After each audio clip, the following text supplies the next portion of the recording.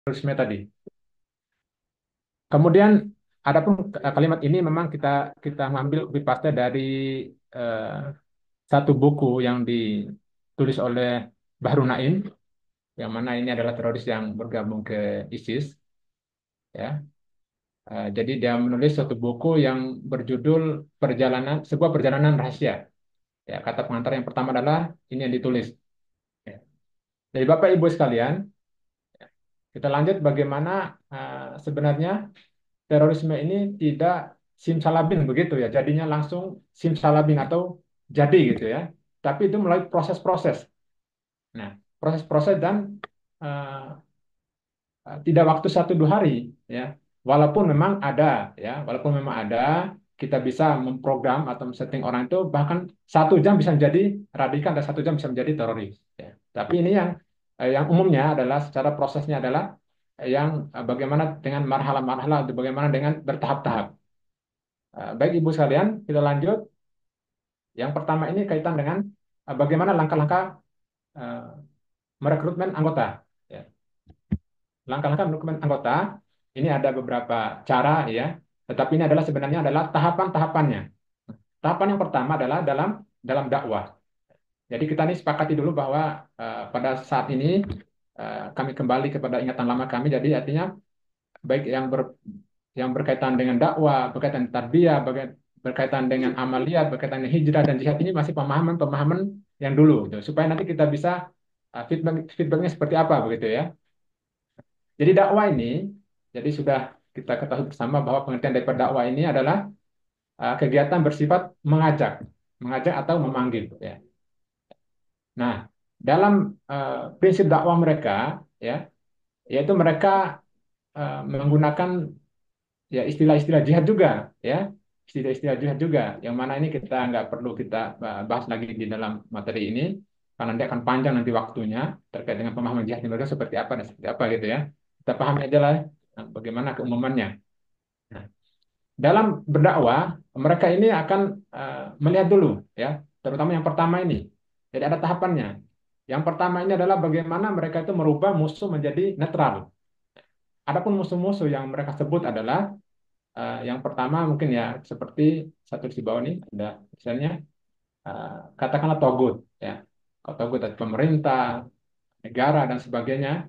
Nah, itu termasuk dalam kategori togut atau musuh. Musuh ini memang ada yang istilahnya dua mereka bagi gitu ya. Ada istilah pragmatis yaitu mereka yang ingin sekedar berkuasa, artinya masuk togut tadi itu ya, itu musuh tadi itu yang ingin berkuasa dan mempertahankan kekuasaannya dengan berbagai macam cara. Nah, kemudian kedua adalah musuh yang mereka bagi menjadi yang memiliki ideologi, yaitu mereka yang secara sadar berdasarkan keyakinan ideologisnya untuk memerangi Islam. Jadi mohon maaf Bapak Ibu sekalian ya, jadi kita ini kembali dulu ke sisi gelap dulu. Jadi yang dimaksud secara ideologis di sini adalah seperti mungkin ya, mohon maaf, kami sebut adalah TNI Polri saat itu ya. Kemudian ini secara ideologisnya mereka memusuhi Islam yang mereka itulah mereka kelompok-kelompok mereka kelompok teroris itu yang dimasukkan di situ.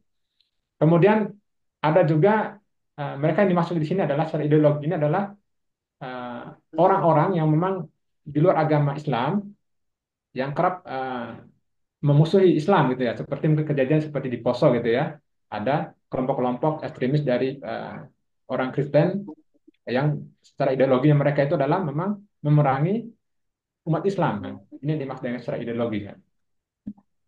Kemudian tahapan mereka adalah bagaimana dakwah mereka itu mengemas dalam materi-materi dakwahnya. Eh, Kembali lagi sebentar ya. Jadi ini ada istilah dakwah dan tarbiyah gitu ya. Ada perbedaan antara keduanya ini. Kalau dakwah itu adalah untuk orang luar. Kalau orang luar artinya di luar pada kelompok mereka. Itu mereka masukkan dalam dakwah. Sementara tarbiyah adalah tarbiyah ini adalah orang-orang yang sudah berbaiat atau yang sudah masuk dalam kelompok mereka. Ini nanti kita jelaskan. Jadi prinsip dakwah mereka adalah bagaimana merubah musuh ini menjadi netral dulu. Kemudian, kalau sudah netral, maka tahapan berikutnya adalah bagaimana menjadi simpatisan. Ya, maka tak heran ya, bagaimana juga ketika terpapar paham radikal terorisme ini, tidak pandang siapa dia gitu kan. Aparat sekalipun bisa bergabung dengan mereka, begitu ya. Nah, bisa banyak contoh. Jadi di sini kita tidak menyebut siapa-siapa saja atau di mana kejadiannya. Nah, kita batasi dulu ya kesepakatan kita ya. Jadi kemudian yang kedua adalah bagaimana yang netral tadi menjadi simpatisan, kemudian setelah jadi simpatisan menjadi anggota. Nah, dalam eh, perpindahan tempat ini yaitu mereka akan berbaiat gitu ya. Jadi simpatisan tadi dalam aktivitasnya mungkin dalam infaknya dia memberikan mereka memberikan bantuan bantuan infak pemikiran apa namanya dana dan sebagainya ya. Kemudian tidak sampai di situ. Sudah menjadi simpatisan maka dia menjadi anggota yaitu dengan cara eh, bermulanya adalah berbaiat ya. Nah, kemudian bagaimana tadi setelah jadi anggota, di sini kita bahas kelanjutannya adalah setelah menjadi anggota, mereka akan diajak menjadi pelakunya. Jadi tidak hanya sebagai anggota biasa saja, melainkan juga mereka menjadi akan menjadi militan gitu ya. Ya, kita lanjut bagaimana proses daripada perubahan daripada yang tadi dari anggota menjadi pelaku tadi ya. Kemudian tarbiyah ini sudah jelas tadi ya disampaikan bahwa suatu proses bimbingan dan pengembangan dan materi dalam tarbiyah ini disesuaikan dengan kebutuhan dan target gitu ya. Seumpamanya ini kita udah buat satu kelompok, anggota dia sudah berbaiat jadi anggota, kemudian menjadi dibikinkan satu halakah, yaitu beberapa orang ya, sel-sel tauhid kalau kita sebutkan saat itu ya. Nah, sel-sel ini maka disesuaikan dengan kebutuhan.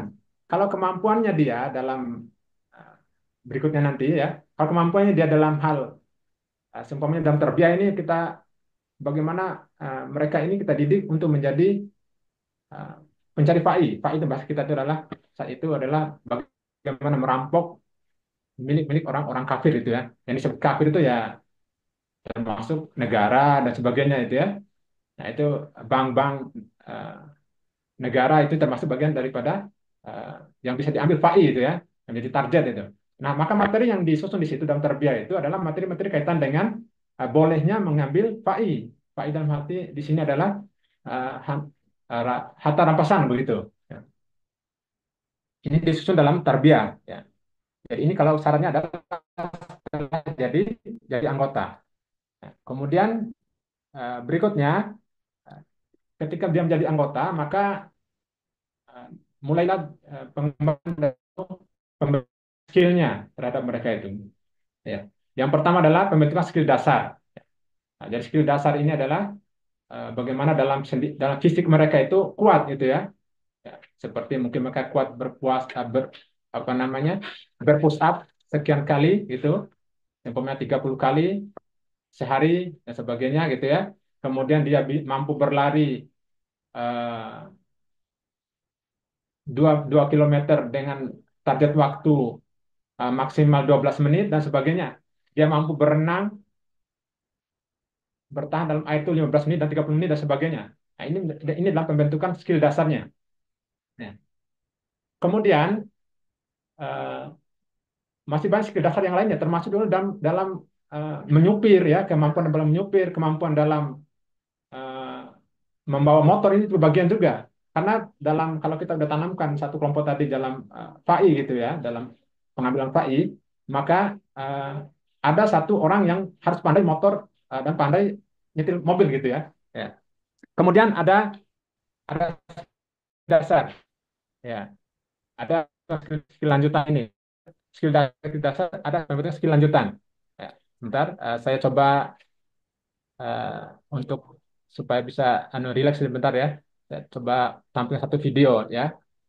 Sebentar ya.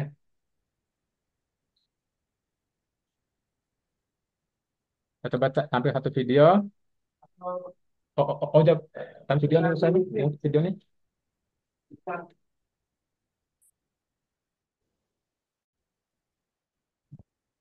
Ya,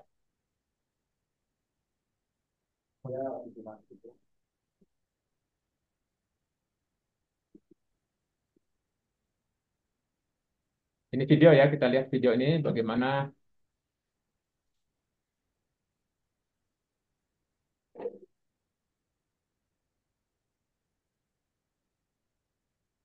Ya.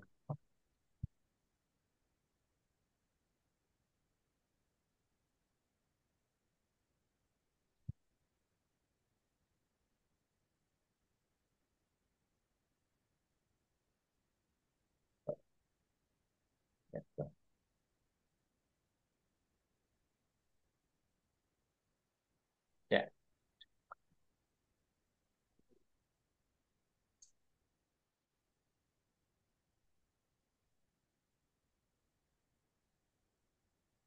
Ya, tadi itu videonya ya.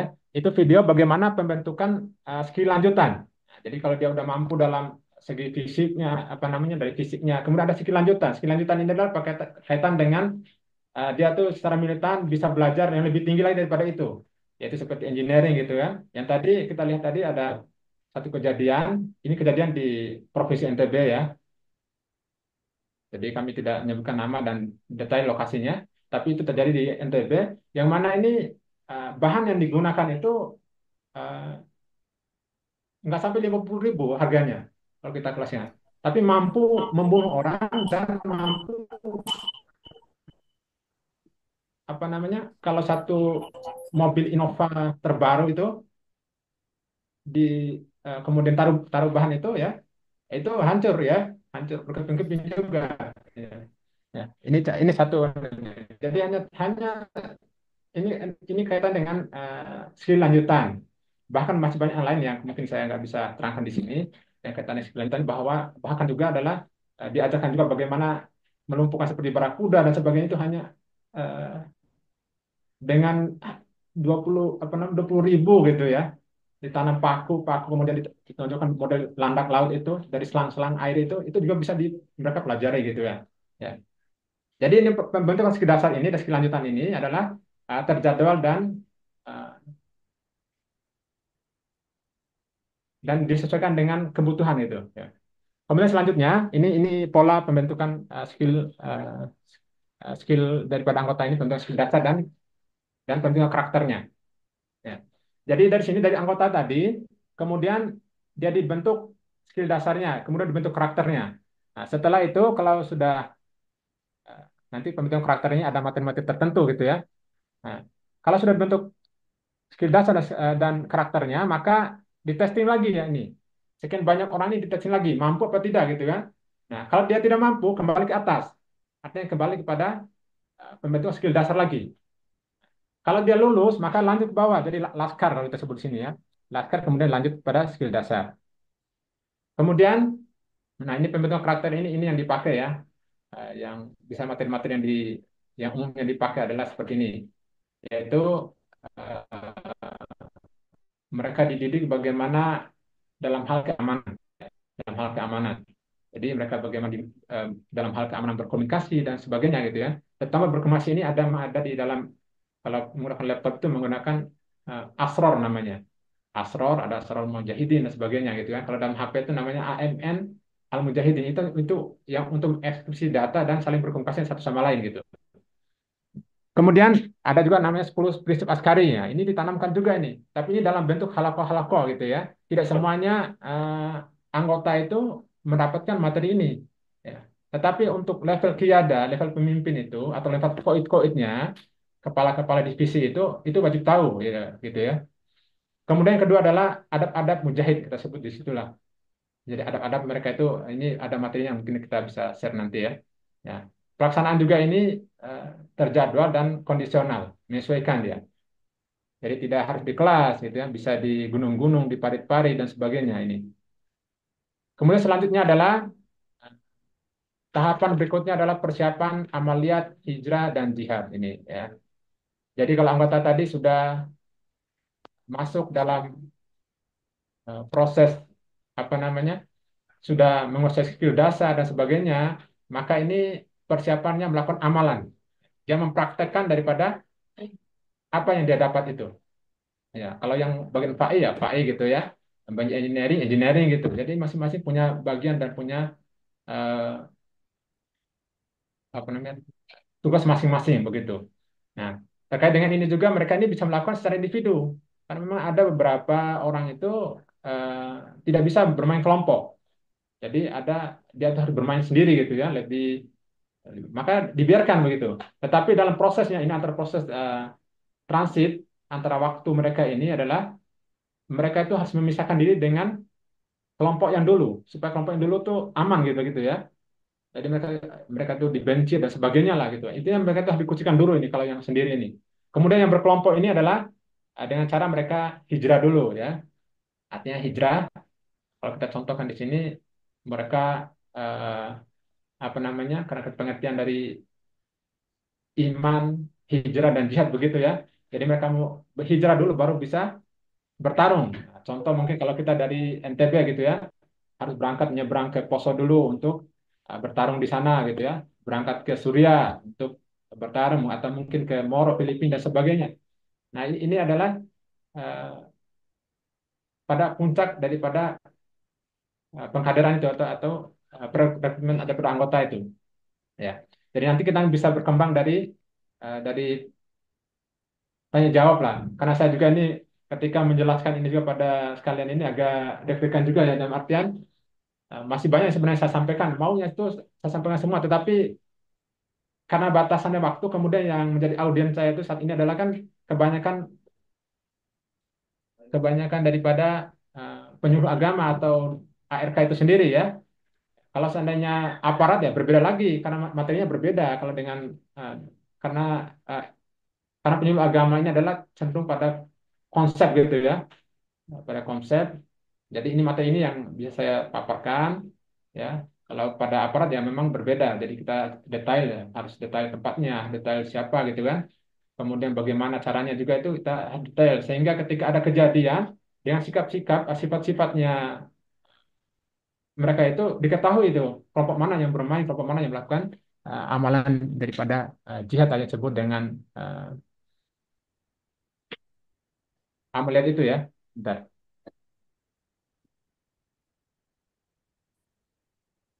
Nah, nah setelah itu Bapak Ibu sekalian ya barangkali nanti kita berkembang pada tanya jawab saja ya karena ini sebagai pengantar saja untuk pada penyampaian materi kali ini ya.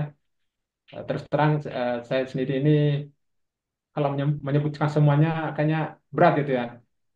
Kita contoh saja, dulu kita pernah dalam satu pelatihan gitu ya, bermain juga dengan aparat itu luar biasa gitu, menjaga amnia itu luar biasa itu. Kadang-kadang untuk materi yang kelompok biasa, yang kelompok eh, khusus itu harus dibedakan gitu. Contoh ya, kalau kita dalam hal perangkap, kalau perangkap untuk kelompok yang biasa, ini anggota yang biasa-biasa saja, maka kita ajarkan dalam yang diajarkan itu adalah kaitan dengan bagaimana survival ya itu jadi perangkap-perangkap untuk hewan gitu ya hewan-hewan buruan tetapi untuk kelompok-kelompok tertentu yang khusus itu bukan lagi untuk hewan tapi untuk manusia untuk target-target tertentu gitu nah, itu yang menjadi pembedanya gitu kan sehingga ketika dalam satu-satu latihan itu eh, dipisahkan gitu ya kadang keluar dari rumah semuanya ada satu waktu itu ada 130 anggota yang akan ikut ikut pelatihan gitu. Maka kalau ada anggota 10 orang yang anggota yang khusus gitu, maka dipisah walaupun sama-sama keluar dari rumah mereka, mungkin deteksi ada lapor mungkin udah keluar semua ke satu tempat itu padahal tempatnya nggak berbeda gitu kan. Dan juga ini kalau untuk yang khusus itu lebih lebih keras gitu kan, lebih keras juga untuk dalam kaderisasinya gitu. Bahkan sampai mereka turun saja pun itu ya mohon maaf ibu-ibu sekalian, bapak sekalian, bahkan turun saja dari gunung gitu ya, itu ditakut-takutin juga lagi. Jadi sudah 3 hari di atas itu sekian persiapan-persiapannya, kemudian pas turun, turun itu diharapkan ketakutan lagi gitu, diberi ketakutan dan diuji. Diuji itu informasinya apa? Contohnya itu adalah di bawah itu sudah ada aparat yang menunggu gitu ya, aparat yang menunggu, aparat dari apa, Brimob, lah, TNI lah dan sebagainya lah gitu lah. Ada aparat yang menunggu. Nah, dan bagaimana sih kalian gitu diuji lagi kita latih dan sebagainya sampai pada satu ketika itu ya semuanya siap mati gitu ya. Padahal sebenarnya itu ya hanya ditakut-takuti saja itu. Ini model pelatihannya gitu ya. Sebenarnya nggak ada aparat, nggak ada juga aninya gitu. Tapi cuma karena untuk final terakhirnya itu seperti itu Pak model pelatihannya Bapak Ibu sekalian. Kemudian menjadi ini nanti kita berkembang aja dengan tanya jawab Ibu ya. Ya, tanya jawab karena saya juga ini jadi apa grogi juga nih. Udah kayak nih. Ya. karena saya terus terang menyampaikan separuh-separuh seperti ini agak agak berat gitu dan kesannya nggak teratur. Tapi ini adalah yang bisa kami paparkan dulu ya, kembali pada ini yang menjadi pencerahan kita, yaitu bagaimana bunyi surat Al-Baqarah itu ya. Jadi doanya Nabi Ibrahim alaihissalam yaitu meminta keamanan dalam suatu negeri itu ya. Jadi ini doa yang pertama yang diminta oleh eh, Ibrahim alaihissalam, Nabi Ibrahim alaihissalam sebelum doa-doa meminta rezeki, meminta makanan dan sebagainya. Jadi keamanan dulu, keamanan negara kita dulu yang diminta gitu ya. Kemudian feedbacknya jemaah jemaah sekalian, Bapak Ibu sekalian bahwa ketika saya terus terang dari 1999 1999 sampai dengan 2015 itu saya tergabung dalam kelompok itu ya. Kemudian kembalinya saya itu adalah 2016, alhamdulillah kembali eh, di dan takdir Allah Subhanahu wa taala itu begitu kuasanya Allah Subhanahu wa taala tidak tidak sampai memberi ujian pada saya untuk sampai kepada tahap ditangkap dan sebagainya gitu ya. Ya, ya, masih. Jadi eh, pada 2015 terutama ini yang pertama kali yang menjadi pemenang saya adalah ketika kejadian Tolikara gitu ya.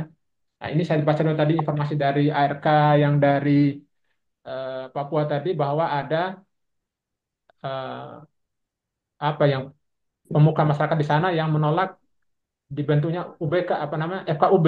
Padahal dulu terutama yang menjadikan saya itu berubah awal-awal itu adalah dari FKUB itu. Jadi dulu tuh kita diundang ketika ada kejadian Tolikara. Di Tolikara itu ada kejadian pembakaran masjid gitu ya. Kemudian kelompok kita ingin melakukan kisos gitu. Jadi serangan balasan yaitu yang mana saat itu yang dibakar di sana adalah pelakunya adalah dari Kristen Kemah Injil gitu.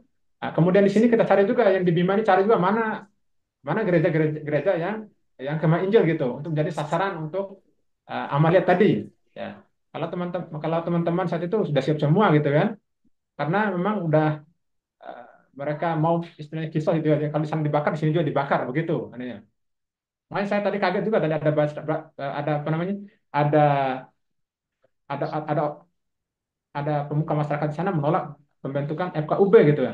Dulu saya tuh berubah begini, awalnya dari FKUB dipanggil oleh FKUB saat itu jadi yang menjadi ketuanya adalah Ustadz Eka Iskandar itu.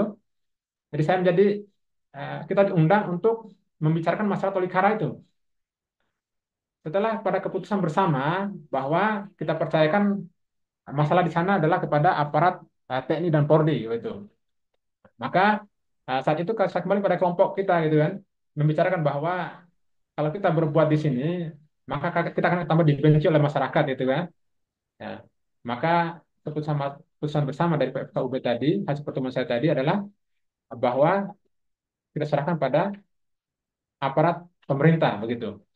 Nah, sehingga berkelanjutan itu mulai dari FKUB diundang lagi kita lagi untuk membahas masalah eh, kaitan dengan jihad ini, pemahaman masalah jihad ini. Jadi saat itu kita jadi pemateri, ya. Kemudian ada juga pembandingnya, ya. Sehingga saat itu walaupun kita secara pribadi itu kan menolak daripada pemahaman itu, tapi kita berpikir kembali itu ternyata ada benarnya gitu ya. Jadi kita mengkaji lagi buku-buku yang lain gitu ya, yang pembanding daripada kitab yang kami pelajari itu ternyata memang jauh gitu ya. Jadi jemaah sekalian, Bapak dan Ibu sekalian, barangkali itu dulu. Nanti kita berkembang pada eh, tanya jawab gitu ya. Ya, ya silakan Ibu. Baik, Pak Ustadz Gunawan, terima kasih atas paparan materi yang disampaikan. Tentunya sangat menarik dan materi-materinya ini tentu mengundang banyak pertanyaan dari para peserta webinar kita pada hari ini. Baik, Bapak Ibu, kami buka sesi tanya jawab. Jadi, Bapak Ibu yang ingin mengajukan pertanyaan, kami silakan raise hand. Baik, kepada Oke, Pak Abdul Wahid disilahkan. ya. Terima kasih. Assalamualaikum warahmatullahi wabarakatuh. Saya dari Waalaikumsalam. Salam wabarakatuh. Sulawesi Selatan, Kabupaten Bone. Kebetulan saya berkecimpung di kantor urusan agama. Terima kasih dan saya berikan apresiasi kegiatan ini walaupun dilaksanakan malam. Tapi kalau saya tidak salah sudah beberapa kali sudah diadakan. Satu dua kali saya ikut, tapi saya kemarin minggu yang lalu saya tidak ikut. Tapi malam ini saya juga bersyukur saya bisa ikut bergabung di obrolan terkait dengan eh, kegiatan pencegahan dini konflik ini. Dan saya apresiasi dan selanjutnya mungkin saya berterima kasih bila bergabung pada malam ini, apalagi tadi sudah menyampaikan kepada kita. Ini salah satu saudara kita yang mungkin apakah istilahnya mantan, akhirnya hijrah kembali yang sesuai dengan harapan kita. Terima kasih Pak Gunawan, Sos Gunawan ya. Ya, saya ini dari Bone Pak Sos Gunawan, kita bersaudara semua. Ada dua tiga hal yang perlu saya mau tanyakan karena selama ini kan kami juga tidak langsung bersentuhan siapa dan di mana itu orang yang kita lakukan, tapi kita lihat seperti di apa di provinsi lain atau di kabupaten lain sering terjadi hal-hal yang tidak diinginkan di negara kesatuan Republik Indonesia. Pertama saya mau ingin sehingga apa yang melatar belakangi sehingga saudara-saudara kita itu sehingga dia rela korban. Bukan saja korban dengan keluarganya, tapi masyarakat juga dikorbankan. Apa kira-kira yang melatar belakangi? Apakah karena keinginannya dengan jihadnya bahwa harus setelah kita bergabung dalam hal kelompok itu nantinya kita contohnya pasti dan sudah masuk dijamin oleh Allah sebagai jihad dan masuk surga. Apakah mungkin apa sehingga latar belakang sehingga orang bisa dari multi level dari satu yang lain bergabung. Apa yang itu yang pertama. Yang kedua, karena walaupun kita tidak rasakan di sekitar kita ini, tapi perlu dipahami kita semua, baik kami juga di kantor urusan agama dan penyuluh dan tokoh masyarakat, apakah ada apa ciri-cirinya atau mungkin indikasi yang seperti itu sudah bergabung. Ini perlu juga kita pahami, jangan sampai kita juga sudah bertetangga, sudah bersahabat, tapi ternyata di sisi lain, ya dia keinginannya untuk ingin merusak, merongrong negara kesatuan Republik Indonesia ini. Walaupun kita sama-sama mungkin berjamaah di masjid, tapi kelihatannya mungkin ada ciri-cirinya atau indikasi seperti ini, kelihatannya niatnya lain dari yang lain. Ya, itu yang kedua. Yang ketiga memang kayak ini seperti ini ada yang kira-kira kan banyak kegiatannya, tapi adakah yang membiayai atau yang donaturnya? Iya, siapa kira-kira yang membiayai ini? Apakah atau mungkin ada orang tertentu, ada mungkin kelompok tertentu atau dari mana? Siapa yang kira-kira membiayai dengan kegiatan-kegiatan yang dilakukan saudara-saudara itu? Cuma itu yang saya sampaikan. Walaupun mungkin pertanyaan tidak terlalu, tapi saya harus pahami yang ketiga ini supaya kita bisa deteksi lebih awal kalau ada yang terjadi di sekitar kita. Terima kasih. Assalamualaikum warahmatullahi wabarakatuh. Waalaikumsalam warahmatullahi wabarakatuh. Terima kasih Pak Abdul Wahid, nih Bapak Kepala KUA Taniti Riakta. Bagaimana Pak Ustadz Izin, Gunawan? Apakah langsung dijawab atau kita kumpulkan terlebih dahulu pertanyaannya? Boleh, tambah satu lagi boleh. Oke, baik. izin Silakan. Siapa ini? saya Silakan. Eka Iskandar. Baik, silakan Pak Eka. Oke, terima kasih. Bismillahirrahmanirrahim. Assalamualaikum warahmatullahi wabarakatuh. Teman-teman ARK yang berbahagia, Kang Deddy, Alhamdulillah kegiatan seperti ini selalu menjadi nilai tambah bagi dunia dan pemikiran kita bersama untuk menjadikan NKRI harga mati dan yang lain mati harga. Tadi kita sudah dengarkan paparan dari Ustadz Gunawan. Sebenarnya salah seorang figur yang menyadarkan Ustadz Gunawan untuk kembali hijrah ke NKRI untuk Merah Putih itu adalah saya. Mohon maaf bukan membanggakan diri. Salah satunya saya.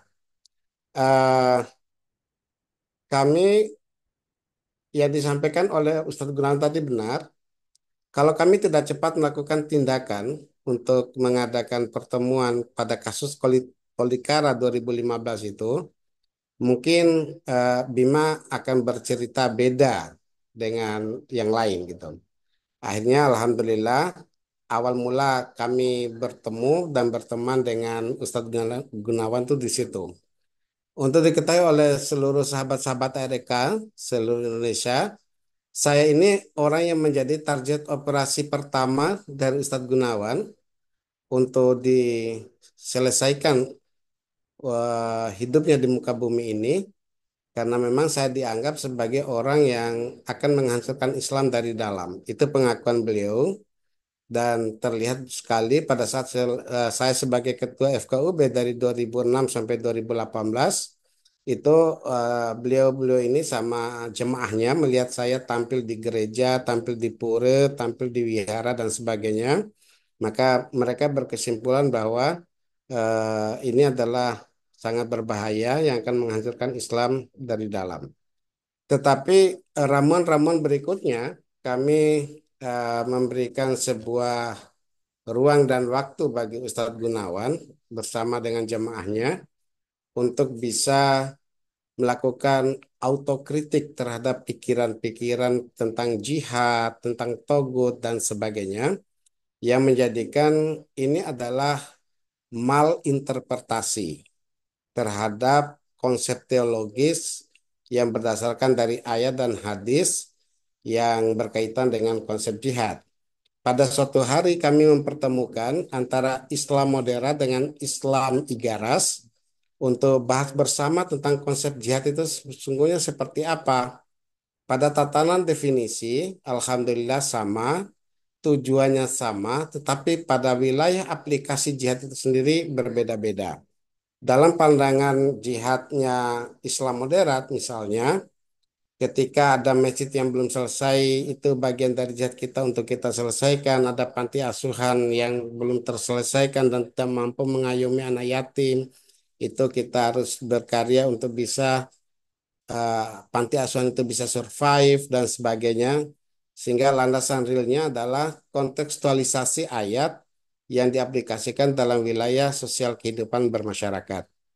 Nah, inilah tatanan ketidak eh, bisa akur, tidak bisa bertemunya antara konsep jihad Islam moderat dengan Islam jihadnya teman-teman Igaras ini, ideologis garis keras. Pada sisi lain, kenapa itu terjadi perbedaan? Karena memang kitab-kitab klasiknya mereka itu ngambilnya dari Timur Tengah, dari wilayah-wilayah konflik, dari wilayah Afghanistan, Suriah, dan sebagainya. Nah, ketika diaplikasikan di bumi Indonesia yang kita cintai ini, ya nggak pas gitu. Karena itu beda konteks, beda konsep, beda penerapan. Tetapi karena ruang dan waktu yang kita berikan itu menjadi proses kesadaran secara individual bagi beliau ini, Ustadz Gunawan, sehingga pada saatnya akan menjadikan apa ya, beberapa hal yang bisa kita maknai bahwa ini adalah sebuah simbolik dari orang-orang yang kelompok Igaras ini, ideologi garis keras ini, bisa kita bujuk, bisa kita rayu, bisa kita kembalikan ke hitah yang sesungguhnya. NKRI harga mati dan lain mati harga. Oleh karena itu, selama itu kami mencoba mengungkapkan untuk eh, wilayah pencegahan dan penanganan radikalisme dan terorisme ini sesungguhnya harus signifikan itu tiga kekuatan yang bisa berlaku secara signifikan. Yang pertama adalah kita tidak boleh antara Islam moderat ini berpecah-pecah, nggak bisa. NU, Muhammadiyah, Persis, dan sebagainya. Maka saya coba mencetus satu ide kala itu, Muhammadiyah, Persis, NU gitu. Jadi kalau ditulis biasa itu nggak ada maknanya, tapi kalau diberi penekanan kata-kata, itu menjadi sesuatu makna yang memiliki artikulasi yang begitu sangat luas. Muhammadiyah Persis NU. Tetapi pada wilayah dakwah kami mencoba memperkarsai antar tokoh-tokoh Islam moderat ini bahwa tidak ada lagi polarisasi dakwah, tidak ada lagi sekterian dakwah antara NU, Muhammadiyah, dan Persis. Kalau Muhammad dia melakukan pengajian, maka Ustadz dan Kiai dari NU yang ngisi. Kalau NU yang melakukan istighosah, maka para ustadz dari Muhammadiyah yang isi begitu seterusnya. Jadi kita harus kelihatan kompak dulu untuk melakukan pencegahan dan penanganan radikalisme dan terorisme ini. Kemudian yang kedua, kekuatan eh, pimpinan umat beragama, lintas agama. Ini nggak boleh kita pisahkan karena pemahaman tentang halal darahnya yang ditumpahkan itu kan bukan saja kepada orang Islam yang disebut dan diartikulasikan Togut tadi, bukan. Tetapi kami sangat mengkhawatirkan untuk menjaga kedamaian hidup, kemudian memberikan jaminan keamanan bagi saudara-saudara kita yang non-Muslim di daerah kami di Kota Bima, Nusa Tenggara Barat ini, bahwa mereka juga harus diberi ruang dan waktu untuk bisa berkarya bersama. Maka kekuatan lintas agama ini kita selalu memolesnya itu dengan konsep coffee morning. Jadi duduk bersama gitu, kita bicarakan secara bersama-sama yang pada saatnya gitu kita mempertemukan antara tokoh lintas agama ini dengan teman-teman Igaras ini. Dan itu sudah beberapa kali dari tahun 2008 sampai 2014 sampai meletusnya kasus Tolikara, kasus Singkil Aceh dan sebagainya itulah hebatnya Bima ini.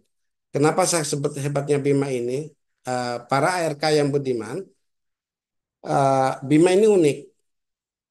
Kejadian di pusat, kadang-kadang getarannya itu kuat terjadi di Bima. Penangkapan teroris di Bima kadang-kadang menjadi bom pemberitaan yang luar biasa di pusat. Maka konektivitasnya, segala kemungkinan gerakan-gerakan itu terjadi akan menjadi sebuah inisial bahwa eh, Bima ini menjadi sebuah epicentrum dalam persoalan radikalisme dan terorisme. Yang ketiga kekuatan itu adalah aparat penegak hukum. Jadi kita harus bersinergis. Sehingga ramuan kami yang paling akhir itu coba kita bahas itu cinta Islam bela tanah air. Yang tampil sebagai narasumber itu siapa?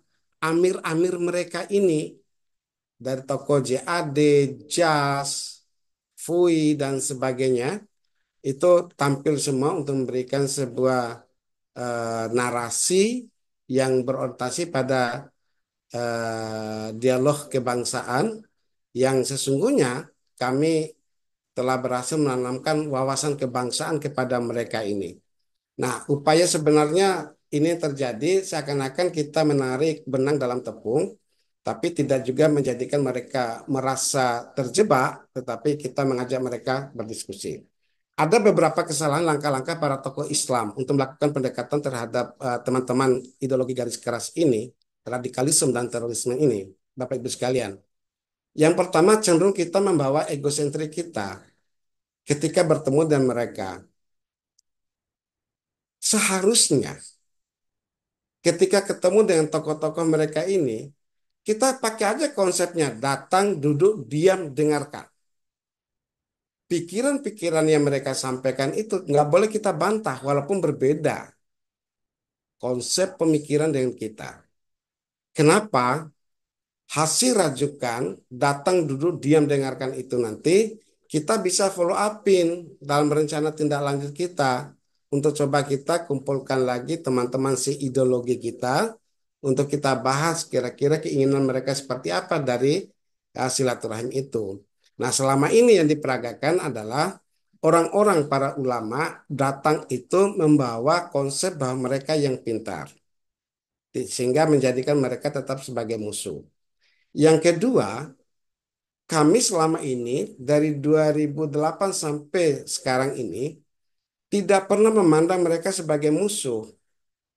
Tetapi sesungguhnya mereka adalah ikhwan kita, sahabat kita yang harus kita anggap sebagai darah daging seiman yang merupakan kesalahpahaman dan pikiran mereka itu adalah tanggung jawab kita bersama untuk kita kembalikan. Karena itu pertanyaan dari Pak Kepala Kuat tadi, mohon izin Ustadz Gunawan, kalau saya meneliti dari 2008 sampai 2014 tentang radikalisme dan terorisme di Bima ini, itu sesungguhnya disebabkan oleh latar belakangnya ada dua faktor.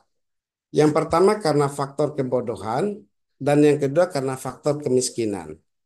Kebodohan itu sebenarnya tanggung jawabnya para ulama. Kemiskinan itu tanggung jawabnya pemerintah untuk mensejahterakan rakyatnya. Nah, dari dua apa namanya item utama yang kami teliti di Bima ini tentang kenapa mereka itu masuk dalam jejaring radikalisme dan terorisme ini, inilah yang menjadi penyebab utama apa yang dipaparkan dalam materinya Ustadz Gunawan tadi itu sangat sinkron sekali dengan apa yang kita lakukan penelitian. Bapak Ibu sekalian, baru-baru ini kami kedatangan Pak Nasir Abbas, yang mungkin semua teman-teman pada paham dan tahu tentang figur beliau ini. Beliau ini adalah tokoh apa namanya teroris internasional dan sudah ikrar, sudah baiat kembali kepada NKRI selama 3 hari bersama saya di Bima untuk ketemu lagi dengan beberapa anak didikannya selama berada di Afghanistan, selama berada di Manila Selatan, Filipina Selatan, dan selama berada di Poso. Nah, beliau mengungkapkan selama 3 hari itu, ini sebenarnya kesalahan saya, Pak Eka. Saya sudah mengajak mereka untuk masuk dalam jurang yang begitu besar. Maka pada saatnya saya ingin mengembalikan mereka kepada jalur yang sebenar-benarnya, yaitu bumi NKRI yang kita cinta ini yang harus kita rawat. Nah, inilah beberapa hal yang bisa saya sampaikan. Masalah pencegahan yang disampaikan oleh Kang Deddy tadi benar. BNPT itu sering turun ke Bima, Densus juga melakukan penangkapan dan sebagainya itu di Bima, itu benar-benar terjadi. Nah, cuman yang aneh, Bapak Ibu sekalian, Bima sangat terkenal dengan zona merah karena radikalisme dan terorisme ini. Untuk diketahui, titik lokus utama jaraknya itu tidak lebih dari 100 meter dari kota, pemerintah Kota Bima, kantor wali Kota Bima. Nah, ketika ada penangkapan, ketika ada penembakan, itu kan situasi lalu lintasnya lancar-lancar saja. Sekolah-sekolah tetap berjalan apa adanya. Kemudian kegiatan perekonomian di pasar juga seperti tidak terjadi apa-apa, lancar-lancar saja gitu. Nah, artinya apa Bapak Ibu? Kalau saya bisa sebut, mohon izin Ustadz Gunawan, di wilayah Penatoy itu dari 12 RT, hanya 3 RT yang mereka punya, yang mereka kuasai. 9-nya itu masih masyarakat biasa. Nah, sebenarnya kalau dipakai konsepnya yang lain-lain, ngapain kita mau mempertimbangkan 3 RT yang kecil itu, sementara ini akan membuat tercorengnya nama Bima di tingkat nasional. Nah, kami jawab, apapun yang terjadi, walaupun itu hanya 3 RT, yang mencoreng nama Bima sebagai sarang teroris, ya kita harus ucapkan bahwa zona merah yang sudah diklaim oleh siapapun bagi Bima ini, maka tugas kita lah menghijaukannya kembali. Nah, cara kita menghijaukannya kembali ya, pertama dari literasi. Kami sudah menulis beberapa buku tentang kesalahan terhadap penerapan konsep jihad oleh teman-teman Igaras ini. Maka lahirlah buku Kekeliruan Memahami Jihad dan Terorisme di Bima gitu. Itu dicetak oleh BNPT dan kami membagikannya kepada seluruh tokoh-tokoh yang ada di seluruh pimpinan pondok pesantren, para ulama dan yang terhimpun dalam Majelis Ulama Indonesia baik di Kota Bima, Kabupaten Bima sampai ke Kabupaten Lampung. Yang kedua, kami juga eh, menulis satu buku tentang peran lintas agama.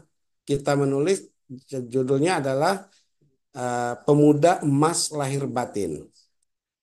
Itu mendeskripsikan bagaimana peran pemuda lintas agama LPA PLA gitu, Pemuda Lintas Agama, itu memberikan perhatian khusus terhadap keanekaragaman pemahaman akidah untuk dapat disatukan dalam wilayah sosial keagamaan.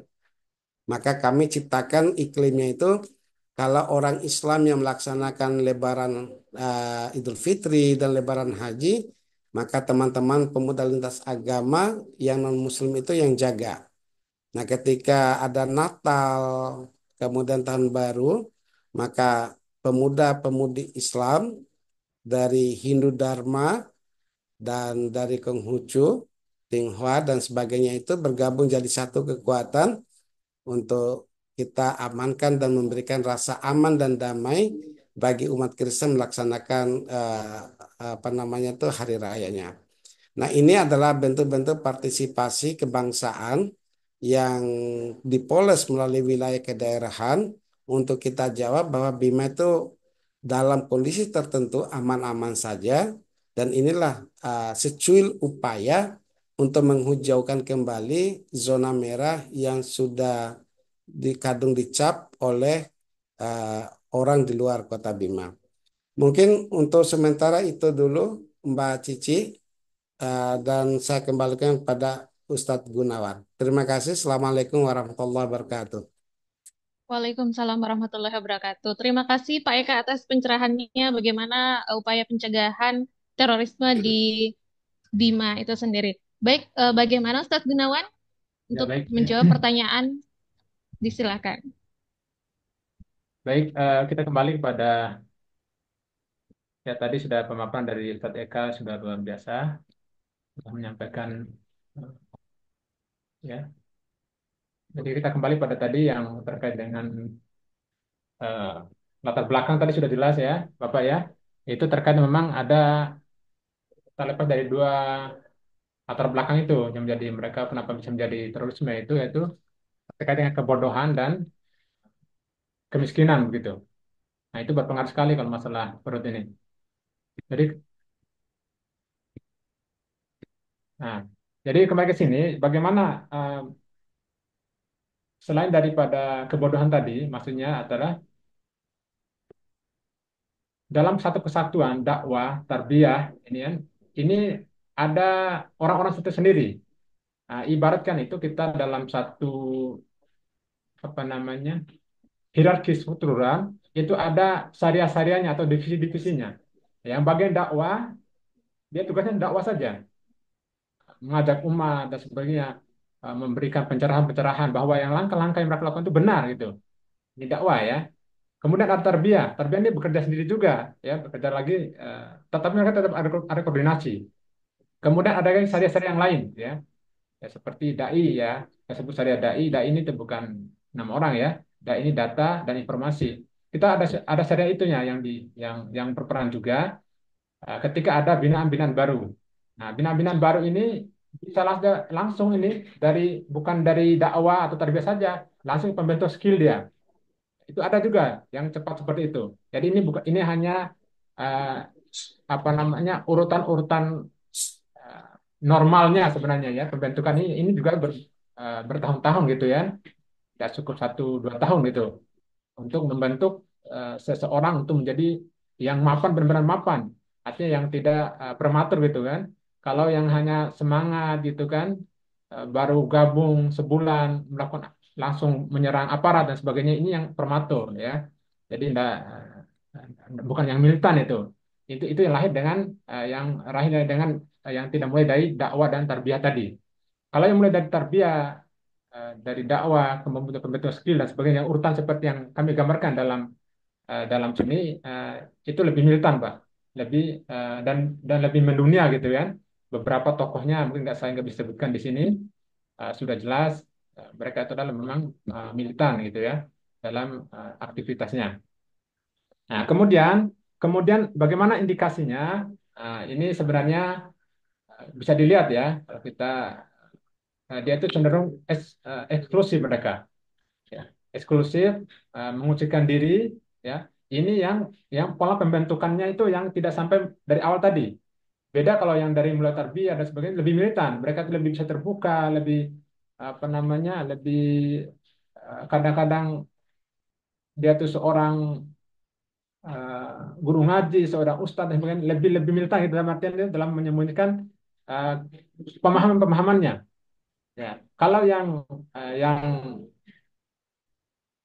apa namanya tadi mereka begitu mereka memahami masalah ini togut, ini musuh dan sebagainya gitu kan, ini wajib diperangi dan sebagainya, mereka itu langsung action dalam artian menunjukkan dirinya, jati dirinya bahwa saya bisa gitu kan. Saya bisa membunuh dan sebagainya.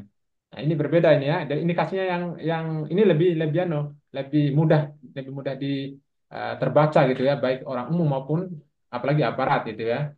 Ya, orang umum saja bisa bisa mengetahuinya. Kemudian terkait dengan donatur tadi, terkait dengan anggaran dana, itu memang eh, semua itu saling menopang satu sama lain. Nah, seumpamanya kalau ada tadi yang terbentuk tadi ada pelaku PAI gitu ya, pelaku perampokan dan sebagainya gitu kan. Nah, pelaku ini dananya itu memang udah dibagi tuh. Jadi dana inilah yang dipakai untuk eh, operasi-operasi kelanjutannya, baik untuk ada yang mau hijrah, ada yang mau berjihad untuk pembeli senjata dan sebagainya, itu dari pakai dari situ. Nah, kalau dari Nah, donatur yang lain ada juga, ya, ada juga yang donatur lain yang memang nggak mau menyebutkan gitu kan, yang bukan dirinya gitu. Bahkan orang umum saja yang mungkin ya yang sudah menjadi, dia ini bukan anggota tapi dia ini simpatisan. Nah, dia udah paham bahwa, contoh ya, saya contohkan ini, dia udah paham ini bahwa bank konvensional itu dari riba gitu kan. Dia tidak akan mengambil keuangannya, apa namanya, eh, bunganya tidak ambil dia. Dia hanya mengamalkan uangnya sendiri, tapi bunganya ini maka dia akan kasihkan kepada untuk pelaku jihad tadi. Ini kan bisa dipakai untuk beli peluru, bisa untuk pakai untuk aktivitas mobilitas yang lainnya gitu kan. Yang mana kalau bahasa dalam pemahaman mereka tadi itu adalah dibolehkan begitu. Ya, ya itu tiga tadi ya, latar belakang sudah jelas. Eh, itu terbentuk memang dari pemahaman. Yang paling besar itu adalah, kalau kita garis bawahi, eh, kalau dari keadaan ekonomi, ya, itu juga mempengaruhi, eh, keadaan pendidikan juga mempengaruhi, tapi yang paling besar adalah pemahaman ini. Ini yang paling jadi kenapa dari awal tadi kami sampaikan bahwa satu pemikiran itu mampu menembus jutaan jiwa, ya, ketimbang satu peluru gitu ya. Ya. Baik, mungkin kalau ada pertanyaan lain silakan. Saya kan bisa lebih membuka diri nanti kalau memang berkembang dengan pertanyaan-pertanyaan, karena memang hakikatnya saya sebenarnya diskusi itu lebih eh, lebih bisa plong gitu ya, dari ketimbang saya menyampaikan dari Baik, awal sampai akhir itu. Ya, baik. Silakan, Bu. baik, baik. Siap. Terima kasih Ustadz Gunawan atas jawabannya. Sekira sudah jelas tadi pertanyaan dari Pak Abdul Wahid. Pak Abdul Wahid sudah terjawab. Baik, selanjutnya pertanyaan dari Pak Abdullah. Silakan. Silakan Pak Abdullah on cam. Baik, terima kasih. Assalamualaikum warahmatullahi wabarakatuh. Saya dari Kementerian Agama Pulau Utara, Provinsi Sulawesi Utara. Sebelumnya mengucapkan banyak terima kasih atas terselenggaranya yang tadi, alhamdulillah, eh, tidak banyak dipaparkan oleh Ustaz Gunawan dan kronologis terbentuknya sebuah gerakan teroris yang selama ini terjadi di sekalian, itu sebuah gerakan menjaga syariat Islam daripada paham agama yang yang paham kebutuhan dan NKRI. Sehingganya sekali lagi ini sangat baik kita, maaf saya juga tidak terkoneksi dengan pertemuan ini hanya melalui tempat pemilu, dan saya melihat sangat baik bahwa yang tadi sudah pertanyaannya sudah berwakili juga dari KUA Manakwai Makassar, dan juga terima kasih banyak kepada Pak Eka Iskandar tadi. Ya, beliau sebenarnya juga bisa jadi narasumber sebenarnya, karena termasuk tokoh yang tadi sudah mampu untuk mencerahkan seorang aktivis, mantan aktivis teroris, ya, Pak Ustadz Gunawan. Namun di kesempatan ini, walaupun tadi sudah yang saya sudah menanyakan apa yang sudah ditanyakan oleh Pak, kalau dari Makassar tadi sudah selesai, Ini barangkali karena ini adalah mantan aktivis daripada teroris ini, saya lebih kita lebih kewaspadaan itu barangkali Pak Gunawan bisa lebih mendetail lagi untuk kita berjaga-jaga atau minimalnya kita bisa mengetahui strategi yang dilakukan oleh kelompok-kelompok ini. Yang pertama, sebenarnya sasaran yang menjadi atau sasaran menjadi target anggota ya dalam ADRT itu menjadi anggota gerakan ini sebenarnya siapa? Apakah itu kalangan para ulama atau kalangan para orang-orang yang tidak tahu apa-apa tentang agama? Saya lihat kalau Pak Ustadz tadi, ya kalau Ustadz kemudian terlibat dalam gerakan ini, berarti mungkin sebelumnya bukan Ustadz ya. Mohon maaf. Artinya bahwa pemahaman pada saat itu mungkin belum sampai kepada pemahaman Islam yang sesungguhnya sehingga mampu atau tergiur dengan dakwah-dakwah yang dilancarkan oleh orang-orang yang mempunyai maksud tertentu bukan untuk mendidikan agama atau untuk membela agama. Yang pertama target sasarannya itu sebenarnya siapa? Yang kedua, eh, ini sebenarnya jaringan ya, jaringan atau ya jaringan ini terpusatnya di mana sebenarnya? Apakah ini sama dengan ISIS gitu ya, yang mengatasnamakan Islam, tetapi memang sasarannya bukan membela Islam, tetapi justru di sana pemahamannya menyimpang tadi. Di jaringannya ini sebenarnya dari mana sebenarnya asal usulnya? Mungkin Bapak lebih paham tentang hal itu karena sudah pernah berada di dalam gerakan itu. Kemudian yang ketiga, barangkali lebih menggali lebih dalam lagi, trik-trik apa kira-kira yang dibuat oleh golongan ini atau pasukan ini atau gerombolan ini sehingga bisa tumbuh berkembang atau ada di Indonesia yang kita tahu bahwa gerakan-gerakan semacam ini menjadi didikan utama dari pihak keamanan apakah TNI, polisi dan sebagainya. Termasuk kami yang di Belah Mongondo Utara, Sulawesi Utara ya, secara apa namanya terorganisir dalam satu kelompok untuk memantau, melihat dan apa namanya perkembangan pemahaman keagamaan di masyarakat. Alhamdulillah sampai hari ini belum ada yang terdeteksi. Belum terdeteksi ini apakah memang kelemahan kami di dalam melihat tanda-tanda ya ataupun gerak-gerak gerakan-gerakan gerak-geri daripada orang-orang yang sudah masuk dalam lingkup gerakan tadi. Maksudnya trik-triknya itu supaya tidak ketahuan polisi, tentara, dan juga oleh tokoh-tokoh agama dan sebagainya. Adakah trik-triknya nggak oleh Pak Gunawan yang mungkin sudah banyak mengalami ataupun melakukan hal itu? Tadi kan sesuai penjelasan Pak Eka, Pak Eka Iskandar bahwa Pak Gunawan ini di apa namanya ketemu dengan Pak Eka sehingga bisa mengembalikan eh, cucian di otaknya tadi itu apa pemikirannya tadi pemahaman keagamaannya itu menjadi agama yang universal bukan agama yang berdasarkan hawa nafsu atau keinginan apa gerakan apa maksud-maksud tertentu. Yang terakhir barangkali ini juga adalah pertanyaan yang saya pikir memang apakah kelompok-kelompok teroris semacam ini apakah ini hanya disandangkan kepada umat Islam ataukah ada golongan di luar Islam juga yang punya gerakan yang sama. Jadi ini perlu juga kita ketahui sehingga secara keseluruhan bahwa selama ini memang Islam dicap sebagai teroris, ya, sebagai teroris, sebagai apalah istilahnya. Tetapi apakah di luar Islam itu punya gerakan yang sama atau ada gerakan-gerakan yang sama yang mungkin bukan untuk membela agamanya, tetapi punya maksud untuk mengacaukan daripada stabilitas keamanan dan stabilitas dalam satu negara. Saya kira ini pertanyaan dari kami. Semoga insya Allah pertemuan hari ini semakin lebih mencerahkan kita semua dalam rangka menjaga kemunian akidah, kemunian syariat, dan juga untuk NKRI yang kita cintai. Assalamualaikum warahmatullahi wabarakatuh. Waalaikumsalam warahmatullahi wabarakatuh. Terima kasih Pak Abdul atas pertanyaannya. Mungkin bisa langsung dijawab, Pak Ustadz Gunawan. Ya langsung jawab, Silakan. langsung jawab pertanyaan banyak nih ya. Ya, Iya. baik terima kasih Bapak Abdullah. Eh, terkait dengan beberapa pertanyaannya, apakah kaitannya tokoh-tokoh ini? Betul Pak. Jadi memang seperti kita ini dalam perfilman begitu ya, kita bilang perfilman ini itu ada istilahnya aktor gitu ya. Kalau ada aktor, aktor pun terbagi dua, ada aktor intelek juga ya. Nah, kemudian di atas sedikit itu ada pembuat skenario, pembuat skenarionya. Kemudian ada sutradaranya. Jadi begitu pula dalam siklus yang ada dalam kelompok terorisme ini gitu ya.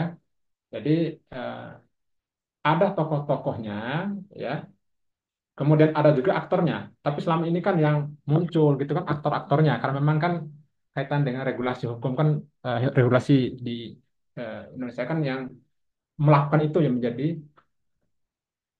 tersangkanya gitu kan atau menjadi napiternya gitu, narapidana. Nah, jadi ada Pak tokohnya Pak. Tapi tentu saya tidak bisa menyebutkan di mana siapa gitu kan di dalam webinar ini ya. Ini kan kaitan ranahnya adalah ranah yang kaitan dengan aparat penegak hukum. Namun saya sampaikan di sini adalah bagaimana trik-trik kaitan dengan kita sebagai penyuluh agama Islam ya, sebagai ARK, bagaimana cara mendeteksi dini, kemudian bagaimana caranya memutus mata rantai. Dan kita bagaimana kita melakukan penyuluhan tadi. Nah, kemudian yang berikutnya adalah terpusat di mana sama juga nih Pak. Jadi memang kalau kita bicara terpusat itu tidak bisa kita sebutkan di sini ya. Karena dalam pemahaman saya itu bisa salah juga saya terkait dengan pusatnya di mana. Tetapi ini mencakup seluruh dunia Pak. Nah, khususnya kita di Provinsi NTB ini kan memang ada memang daerah-daerah yang kita sebut itu Qaeda Aminah, itu tempat aman untuk kita eh, bersarang saat itu kan, untuk melakukan perpindahan sebagai homestay bagi kita gitu kan. Memang ada daerah-daerah memang eh, yang aman bagi pertumbuhan daripada pemahaman radikalisme terorisme ini. Ya. Kemudian terkait dengan eh, trik-trik ya. Ini trik-trik apa tadi Pak? Trik-trik yang bisa diulang kembali nih yang kayak trik yang pertanyaan berikutnya sebelum kenapa umat Islam jadi terorisme itu. Silakan Pak tadi. Buka dulu untuk Pak Abdullah. Iya, jadi eh, trik yang dipasang itu maksudnya yang dilakukan untuk kita terhindar dari pengawasan pihak keamanan dari tokoh agama atau masyarakat itu, adakah trik-triknya gitu supaya kita juga bisa memahami karena kami juga tergabung dalam pengawasan paham keagamaan dan gerakan-gerakan yang mencurigakan itu. Alhamdulillah sampai hari ini kami belum bisa mendeteksi mungkin karena kelemahan kita untuk bisa membaca situasi keadaan itu. Sehingga mungkin Bapak bisa menjelaskan barangkali sehingga Bapak sekian tahun bergabung di sana tidak terdeteksi atau tidak tertangkap lah istilahnya begitu. Kira-kira bagaimana caranya itu? Strategi Bapak dulu itu waktu atau golongan tadi ya itu. Ya, baik Pak ya. Kalau kaitan dengan trik-trik ini, eh, Perkenalkan. ya kita bagi trik ya. Ada. Nah di sini. Jadi ketika anggota tadi dalam proses apa namanya memberikan materi karakternya ini, nah, di sini ditanamkan bagaimana tentang amnia. Nah, saya katakan kembali amnia baik dari segi komunikasi ya, saya sebut tadi seperti asror. Kalau untuk komunikasinya itu asror ya. Kalau bisa Bapak-bapak tanya nanti di Google mungkin ada mungkin tentang asror itu. Ada juga ANM. ANM ini satu komunikasi yang mana nggak terbaca gitu kan. Dan dia ini nggak ada di Play Store. Ya. Tapi saya masih punya aplikasinya nih ya. Kalau Bapak nanti mau share ya saya akan sharekan gitu kan. Cuma penggunaannya memang harus harus dengan face to face gitu kan. Iya. Ini kan gitu. Ini tuh saya ini ada saya buka nanti di data-data yang saya punya ini nanti. Barangkali mungkin ya. Kemudian ini kaitan amnia ini saya coba anu kan ya Pak ya. Tampilkan di apa namanya di memori yang saya punya ini. Sebentar, Pak.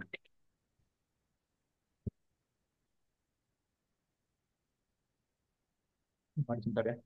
Ya, Pak masih satu lagi yang barangkali Ya, bisa ya, jadi ya, wawasan kita ya, semua. sebentar Pak. Masih ini saya Gerakan jelaskan ini. gerakan Nah, teroris macam baik. ini bukan hanya dituduhkan ke Islam atau Ah, memang di kelompok lain juga ada. ya belum Pak. Ini masih saya ajarkan ini. Oh iya Nah, ya. ini Oh iya, iya. kaitannya bisa dilihat nih ya Pak. Siap Ya. siap.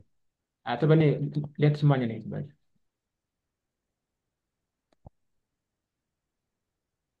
Bentar ya, saya coba lihatkan semuanya. Nah, coba. Nah, ini Pak ya. Jadi ini ada kaitan dengan komunikasi nih, bagaimana bisa aman gitu kan. Nah, kemudian dalam hal yang lain juga, ini juga mereka mempelajari ini Pak. Ada bagaimana undang-undang intelijen gitu kan. Hmm. Dipelajari juga ini sebenarnya nih. Eh, Regulasi-regulasi yang berada di termasuk kebetulan saya sendiri ini ketika ada regulasi ya ada regulasi tapi saya udah bebas artinya sudah sadar gitu kan ketika ada Ya, apa UU intelijen ini saya eh, tidak kena delik karena eh, UU-nya setelah itu gitu kan artinya sudah lewat begitu. ya, Tetapi dalam hal apa ya namanya aparat gitu kan nggak pandang bulu gitu kan tetapi begitulah negara kita jadi harus berlandaskan dengan regulasi yang ada gitu kan. Nah, kemudian ini ada Asror ini, kemudian beberapa materi-materi juga yang lain yang kaitan dengan SOP, ya bagaimana cara menutup diri. Bahkan dia seorang Islam, kalau dia ingin nyebrang atau contohnya dia ingin nyebrang kepada satu negara yang mana atau satu daerah yang mana daerah itu orang Kristen semua, ya, maka ya. dia ini diperbolehkan menggunakan simbol-simbol orang kafir orang Kristen sebelumnya ya contoh Oh, memakai salib contohnya ya, apa namanya simbol-simbol yang mana mereka itu eh, apa namanya yang berbau seperti masyarakat setempat. Nah, yang penting tujuannya tercapai gitu Pak kan karena ya, kenapa dalam pemahaman mereka itu jihad dalam pemahaman mereka adalah jurwatus sanam gitu kan amalan yang tertinggi sehingga amalan-amalan yang lainnya itu adalah bisa digugurkan begitu Pak ya tadi kan kalau hanya dia contoh Pak ya, kasus Pak ya, ada penangkapan yang terjadi di Sumatera itu, ada seorang Ikhwan diketahui oleh aparat itu, ya aparat mungkin dalam penindakan, aparat penindakan itu apa Pak? Karena dia tuh kencingnya berdiri Pak, ya, kencing Pak, kencingnya ya, duduk, bukan kencing berdiri. Karena memang Ikhwan itu kebiasaannya kencing duduk gitu kan, berbeda dengan orang umum. ya, Ya, artinya di sini dia tuh tidak memahami masalah keamanan tadi. Ya, dia seharusnya dia tuh kencing berdiri. Kalau kencing berdiri kan orang kan biasa ya, ya preman apa gitu kan. Tapi kalau ya. orang-orang tertentu itu ya Hmm. mempelajari bahwa kencing duduk itu adalah syariat begitu kan. Nah, Ya, diketahuinya karena kencing ini Pak. Bayangin aja seperti itu anunya. Ya, artinya aparat kita lebih pintar Pak. Terus terang saya katakan Pak, saya sendiri heran gitu. Dulu kita punya personal-personal key gitu, personal kunci. Dan juga ada juga salah seorang Ikhwan yang mana ini dia perannya tuh nggak bergabung dengan kita. Perannya tuh dia tuh nggak ikut pengajian. Dia bahkan pakaian-pakaiannya itu compang-camping gitu kan. Dan dia itu ya, sebagai ojek. Nah, sebagai ojek saja dia. Tapi dia sebagai ojek. Kemudian ketika si buron tadi atau apa namanya menjadi buronan dari DPO itu, ketika keluar keluar kemana-mana itu dia menggunakan cadar gitu kan karena laki-laki ini kan. Nah, yang saya bercadar kan laki-laki saja, apa perempuan kan? Tetapi dalam ya, konteks keamanan itu dibolehkan memakai cadar bagi laki-laki ini. Nah, bagaimana aparat kita itu menangkap Pak, bisa melakukan tindakan gitu kan, mengetahui gitu. Ini kan ya, pintarnya aparat kita gitu kan. Artinya sudah dipahami oleh semua orang bahwa mungkin kita orang umum, paling yang lewati oh itu kan umahat gitu kan, itu kan perempuan gitu kan, yang digonceng itu kan, nah, gitu. Sementara apa namanya? Sejatinya dia itu perempuan itu. Ini contoh saja Pak ya. Contoh dan ya, kenyataannya benar terjadi seperti itu. Nah, personal kayak ini, ojek ini orang nggak tahu Pak dia ini seorang anggota dari terorisme gitu kan. Nah, tetapi aparat tahu karena dia tuh karena saat itu dia menjadi salah satu korban yang kena tembak gitu kan. Ya, karena memang perannya apa? Perannya itu hanya ojek saja, ngantar ke sana kemari ini apa namanya sebagai pembantu logistik yang DPO ini gitu. Ya. Kemudian yang terkait dengan eh, apa namanya umat Islam saja menjadi teroris, ya, jadi kita mengambil contoh ini kita keumuman daripada negara kita gitu kan. Negara ya, kita kebanyakan kan mayoritas Islam gitu. Nah, dan pelaku-pelakunya itu kita nggak bisa pungkiri gitu kan. Di NTB saja itu eh, pelaku-pelaku terorisme itu sekitar 60-an orang gitu kan, 60-an orang yang sudah bebas. Nah, sudah bebas terbagi lagi nih, terbagi lagi ada yang memang saat ini masih waspada, ada yang masih ada juga yang landai gitu kan. Nah, hmm, dan semuanya adalah umat umat Islam, gitu. Jadi bukan tanpa kenyataan. Kemudian kedua, mereka ini terkait dengan pemahaman awal-awal tadi, satu peluru gitu kan, kemudian satu pemahaman bisa menembus jutaan jutaan orang, jutaan kepala itu bukan tanpa sebab juga ya. Jadi mereka terkaitan dengan ideologi, Pak. Kalau kita Ideologi. bandingkan dengan eh, yang di Papua gitu kan, mungkin apa itu istilahnya yang orang Kristen itu, Pak, apa namanya, GPK apa itu, Gerakan Pengacau Keamanan apa itu namanya itu, Ah, eh, OPM, OPM, OPM. Hmm. OPM itu kan tidak disebut teroris gitu kan, Pak ya. Ya, Apa nggak disebut teroris? Karena memang itu, kalau mereka itu bukan bukan dalam segi pemahamannya gitu kan, dalam segi politis, sosial politiknya, hanya mungkin mereka ingin pertahankan daerahnya gitu kan, kesukuan atau bagaimana gitu ya. Tapi kalau kalau kita, khususnya kita dulu, memang mau merubah konstitusi. Jadi lawan kita itu negara dulu. Jadi kita mau merubah konstitusi dari apa namanya, undang-undang dasar dari Pancasila ini menjadi khilafah gitu. Jadi ya, satu ya, ya. pimpinan, jadi wan bana, wan umat dan sebagainya itu ya. Nah, jadi tentu dalam khilafah gitu kan. Nah, ini menjadi perbedaan Pak ya. Jadi Ya, kenapa kita disebut demikian, dan juga ini terkait dengan regulasi terorisme ini sudah jelas juga, pasal-pasalnya sudah jelas, pengertiannya juga sudah jelas dalam untuk kenegaraan kita gitu kan. Ya. Baik Pak, mungkin itu yang bisa ya. jawaban katanya kenapa umat Islam. Karena memang kebanyakan kita demikian Pak. Kalau Bapak lihat pelaku bom-bom di mana-mana ya, di Tamrin, mungkin di Bali atau di mana itu, kalau Bapak lihat tuh agamanya apa ya, mungkin Bapak bisa simpulkan ini negara kita ya. Tapi kalau negara luar kita nggak tahu Pak, ya. Kalau negara luar kita nggak bisa tahu gitu. Ya. Baik Bapak, mungkin ada lagi Ya, yang makasih Pak Gunawan yang sudah memberikan pencerahan ya. sekaligus, sekaligus dengan Pak Eka Iskandar tadi. Makasih hostnya atas kesempatannya. Assalamualaikum warahmatullahi wabarakatuh. Waalaikumsalam warahmatullahi wabarakatuh. Baik, Bapak Ibu, pertanyaan dari Pak Abdullah tadi sekaligus sebagai penanya terakhir ya, Bapak Ibu, karena kita sudah berlangsung selama beberapa jam dan kita sudah sampai pada penghujung acara. Dan terima kasih kami ucapkan kepada narasumber Pak Gunawan, terima kasih atas penyampaian materi yang sangat luar biasa, melihat dari antusiasme peserta yang masih ingin terus bertanya mengenai pengalaman narasumber kita tentang bagaimana modus operandi dalam aksi terorisme ini. Materi yang sangat menarik dan tentunya mengundang banyak pertanyaan. Juga tadi sempat terjadi gangguan. Kami menyampaikan permohonan maaf.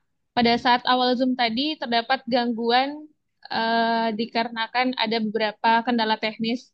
Dan juga sekali lagi kami ucapkan terima kasih banyak Pak Gunawan selaku narasumber kita pada hari ini. Dan juga terima kasih Pak Kasubdit, rekan-rekan ARK.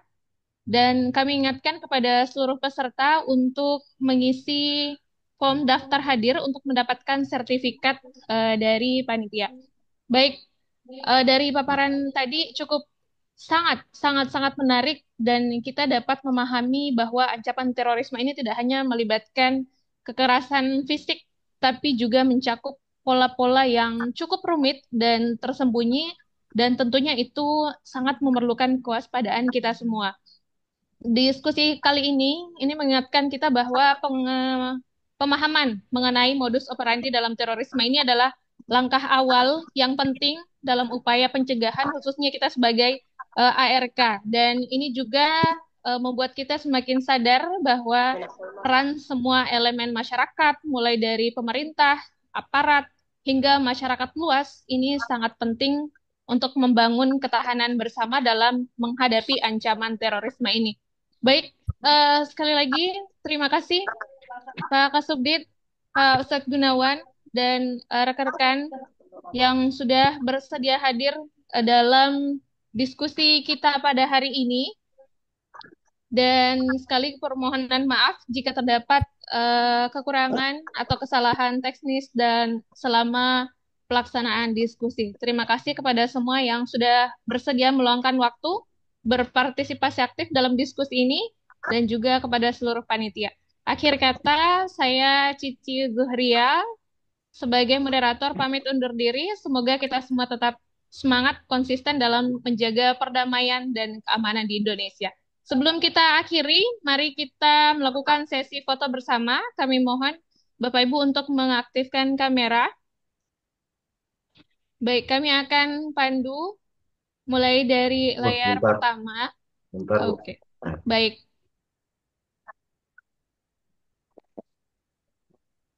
Baik, bagaimana Pak? Siap. Ya, baik. Untuk layar pertama kami pandu 1, 2, 3.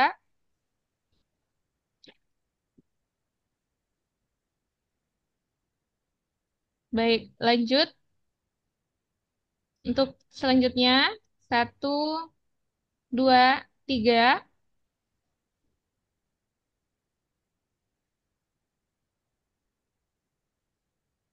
Layar selanjutnya 1, 2, 3. Dan yang terakhir 1, 2, 3.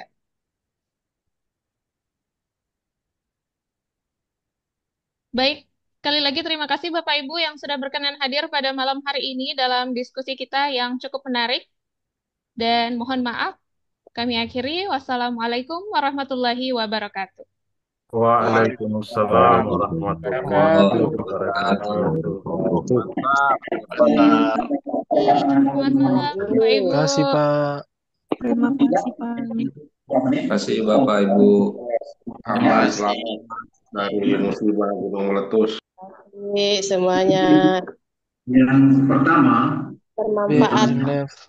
akan menarik sisi, yaitu the best man and the best place. Zoom-nya saya close ya. Abang Naib pulang dulu Bang Naib. Ya, Terima kasih Pak Naif. Terima kasih semuanya. Baik, terima kasih. Sampai jumpa. Masih di KUA nih. Sampai jumpa. Izin live. Materinya produser nanti nggak materinya nih? Materi ada nggak? Sudah saya share tadi di Zoom tadi. Di mana Masih ya? ada beberapa lagi Sudah yang di-share di kolom komentar Bapak Ibu. Mana itu Oh, ya? iya. Oh, Nanti saya gosen masing-masing ke rumahnya ya. Iya, iya. Boleh tuh Pak Naif. link daftar hadir. Terima kasih. Assalamualaikum warahmatullahi wabarakatuh. Waalaikumsalam. Waalaikumsalam warahmatullahi wabarakatuh. Izin saya close ya. Baik Pak Naif. Siap. Siap.